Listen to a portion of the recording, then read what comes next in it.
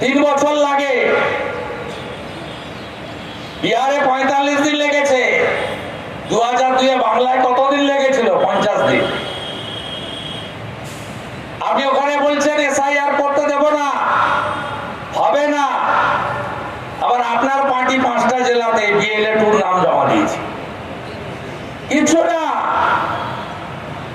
শুধুমাত্র মুসলিমদেরকে ভয় দেখানো আর টুপি পরানো। ওই 30, 32 না 35 হয়ে গেছে না, ওই ভোটটা দরকার। এর আগে সিএ যখন আসে এনআরসি বলেছিল, এখন এসআইআর কেও এনআরসি বলছে। এর টুপি কেউ পরবেন না, না হিন্দু না মুসলমান।